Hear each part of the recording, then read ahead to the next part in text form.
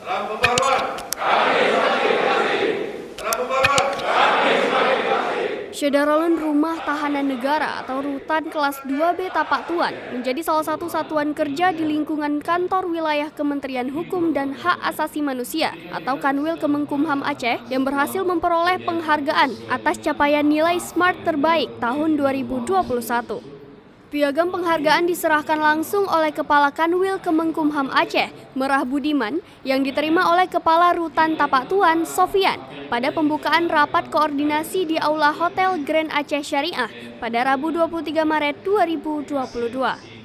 Merah Budiman di sela sambutannya menyampaikan ucapan selamat kepada seluruh pegawai yang mendapatkan penghargaan yang diharapkan agar dapat meningkatkan kinerja yang lebih baik di tahun 2022 ini.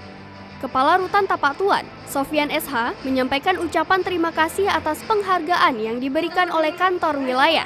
Semoga dapat menjadi motivasi untuk seluruh petugas pemasyarakatan Rutan Tapak Tuan untuk meningkatkan kinerja di tahun 2022.